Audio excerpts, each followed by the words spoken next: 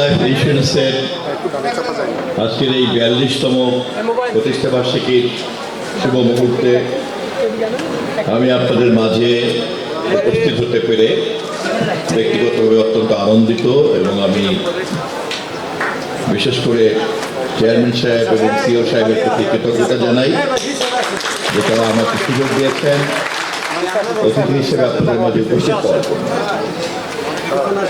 তোফাজ্জল ভাই ব্যক্তিগতভাবে আমার অত্যন্ত ঘনিষ্ঠ ভাতৃতুল্য মানুষ এবং আমি তার বীমা শিল্পে তার যে দক্ষতা এ বিষয়ে আমার কম বেশি ধারণা আছে এবং আমি আজকের এই প্রতিষ্ঠা বার্ষিকীর এই সময় তিনি সহ আপনাদের এই প্রতিষ্ঠানের সকল সার্থক উদ্যোক্তা এবং কর্মকর্তাদেরকে অভিনন্দন জানাতে চাই এবং আপনাদের সকলের করতালির মধ্য দিয়ে আমি সেই অভিনন্দন পৌঁছে দিতে চাই।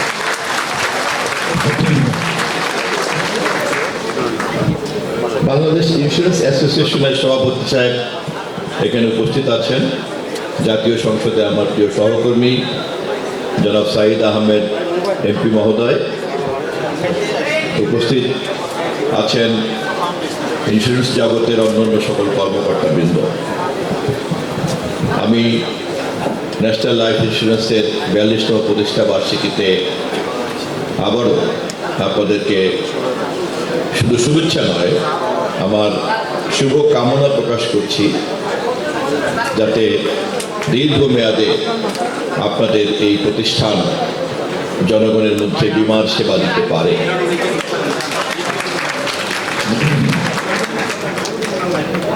আমাদের দেশের অর্থনীতিতে আমরা আধুনিক অর্থনৈতিক ব্যবস্থার যে সমস্ত অনুষঙ্গ, সেই অনুষঙ্গগুলি সবগুলিকে আমরা নিতে পারিনি এখনো। আধুনিক অর্থনৈতিক প্রক্রিয়ার যে সমস্ত কাজগুলি তার সবগুলি খুব পরিপূর্ণ মাত্রায় আমাদের অর্থনীতিতে কাজ করে না, কিন্তু আমরা যদি এই সবগুলিকে খুব সঠিকভাবে কাজে লাগাতে পারি তাহলে আমাদের অর্থনীতির গতি এবং বেগ আরো বাড়বে। বীমা জগৎ তেমনই একটা জগৎ যেই জগতে মানুষের কাছে সেবা পৌঁছে দেওয়ার জন্য এবং জীবন সম্পর্কে তার নিরাপত্তার ধারণা পৌঁছে দেওয়ার জন্য এ ধরনের একটা অর্থনৈতিক একটা প্রোডাক্ট সঠিকভাবে পৌঁছে দেওয়ার পূর্ণাঙ্গ নীতিমালা এবং বিধিমালা আছে বলে আমার কাছে মনে হয়নি।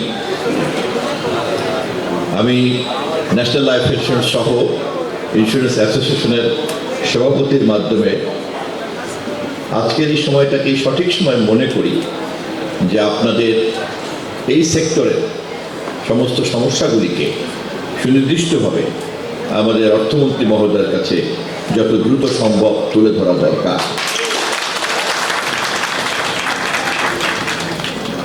জনাব তারেক রহমানের নেতৃত্বে আমাদের সরকার, আমরা কেবল গদবাঁধা সরকার পরিচালনা করার জন্যই ক্ষমতা গ্রহণ করিনি। দেশের সবচেয়ে গ্রহণযোগ্য নির্বাচনের মধ্য দিয়ে নির্বাচিত হওয়ার পিছনে দেশের প্রতি, জনগণের প্রতি আমাদের সরকারের প্রতিশ্রুতি আমাদেরকে ভোট দেওয়ার একটা বড় কারণ। এবং ক্ষমতায় যাওয়ার আগেই রাষ্ট্র এবং সরকারের বিভিন্ন সমস্যাকে আমরা চিহ্নিত করেছি, যেই সমস্যাগুলিকে যদি আমরা সমাধান না করি, সংস্কার না করি, মেরামত না করি, তাহলে সমাধানের লক্ষ্যটা বাস্তবায়ন করা সহজ হবে না। সে কারণেই আমরা সমস্যার সমাধান করতে চাই। উই ডু মিন বিজনেস, এবং আমরা যেহেতু বিজনেস মিন করি সেজন্যই আমরা সমস্যাগুলিকে আগের থেকেই চিহ্নিত করে রেখেছি। আমাদের সরকারের সবচেয়ে বড় চ্যালেঞ্জ হচ্ছে বিগত আমলের একটা ভঙ্গুর অর্থনীতি, একটা দেউলিয়া অর্থনীতিতে রূপান্তরিত হয়েছে। আপনারা সবাই জানেন কি পরিমাণ টাকা এখানে বিদেশে পাচার করা হয়েছে, কি পরিমাণ টাকা এখানে কর ব্যবস্থার বাইরে পড়ে আছে, কি পরিমাণ টাকা এখানে রাজস্ব আদায়যোগ্য হওয়া সত্ত্বেও রাজস্বের আওতায় আনা যায়নি, এবং রাষ্ট্রের এইভাবে বঞ্চিত হওয়ার যে প্রক্রিয়া, সেই প্রক্রিয়াগুলিকে আমাদের চিহ্নিত করতে হবে। একই সঙ্গে আমাদের দেশের সাধারণ নাগরিকের মধ্যে যে উদ্যোক্তার মনোভাব আছে, এন্টারপ্রেনারশিপ আছে, এই এন্টারপ্রেনারশিপটাকে কিন্তু কাজে লাগাতে হবে। মানুষের মধ্যে এই সুপ্ত সম্ভাবনাগুলিকে কাজে লাগানো, এটাই হচ্ছে কিন্তু একটা দেশের শক্তিশালী অর্থনীতির প্রধান কাজ। অর্থনীতিটা এমন কোনো জিনিস না যে আসমান থেকে পড়বে আর আমরা সবাই ভোগ করব। একটা দেশের অর্থনীতি সেই দেশের মানুষের কর্মপ্রক্রিয়ার মধ্যে দিয়েই কিন্তু শক্তিশালী হয়। সে কেমন করে আপনার জিডিপিতে প্রবৃদ্ধি বাড়াবে, কেমন করে অর্থনৈতিক কর্মকাণ্ড বাড়াবে, টাকা কত লোকের হাতের মধ্যে বদল হবে, টাকা বদলের গতি কত বাড়বে, তত কিন্তু অর্থনীতিও বাড়বে। অর্থনীতির এই বিজ্ঞানের কারণেই কিন্তু একটা নাগরিকের বীমা নিশ্চয়তা এটি অনেক গুরুত্বপূর্ণ ভূমিকা পালন করতে পারে।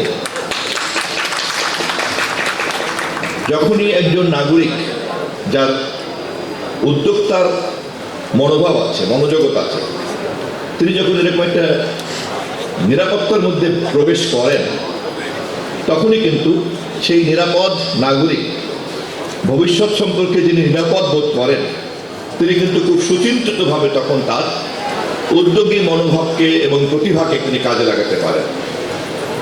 এবং এভাবেই সকলের উদ্যোগী মনোযোগকে যখন সমষ্টিগতভাবে কাজে লাগানো যায়, সেটাই কিন্তু অর্থনীতিতে একটা বড় ধরনের উল্লম্ফন ঘটে, একটা বড় ধরনের গতি তৈরি হয়।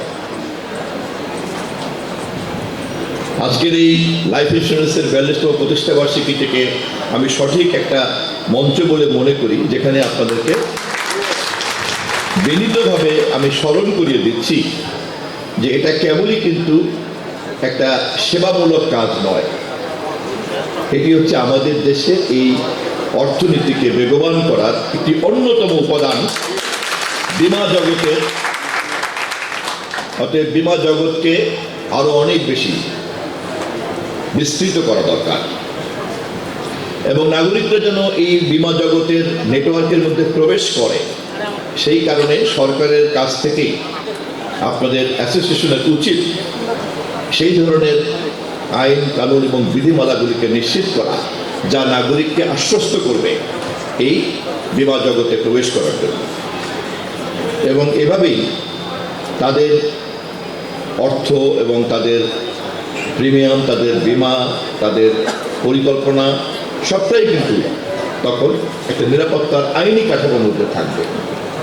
কেবলমাত্রই আপনার কথাবার্তার মধ্যে অথবা বিশ্বাস অবিশ্বাসের ব্যাপারটাই কিন্তু তখন বড় থাকবে না।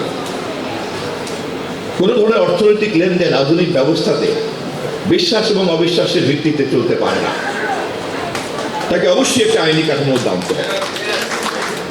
এবং আপনাদের মধ্যে প্রতিষ্ঠানের প্রধান কাজই হওয়া উচিত সেই ধরনের বাধ্যবাধকতামূলক রাষ্ট্রীয় আইনকে তৈরি করা এবং সেই আইনকে মানুষের কাছে তুলে ধরা, এবং যার মধ্য দিয়েই আপনাদের এই ধরনের অর্থনৈতিক সেবামূলক উদ্যোগী কর্মসূচির প্রতি মানুষের আস্থা তৈরি হবে। আমি জানি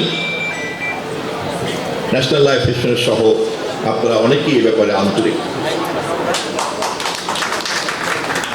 আমি আপনাদেরকে বিনীতভাবে এই অনুরোধ জানিয়ে আমার বক্তব্য শেষ করব। আমাদের দেশের বীমা জগৎকে আরো অনেক বেশি গতিশীল করার জন্য আপনাদের ইন্স্যুরেন্স অ্যাসোসিয়েশনের সরকারের সঙ্গে হাতে হাত মিলিয়ে নীতিগত কাঠামোকে আরো অনেক বেশি শক্তিশালী করা দরকার, যা জনগণের মধ্যে আস্থা তৈরি করবে আপনাদের ইন্স্যুরেন্স জগতের প্রতি। সবাইকে ধন্যবাদ, ন্যাশনাল লাইফ ইন্স্যুরেন্সকে ধন্যবাদ, এবং চেয়ারম্যান সাহেব, সিও সাহেব সহ সকলের প্রতি আমার শুভেচ্ছা থাকলো। মাননীয় মন্ত্রী মহোদয়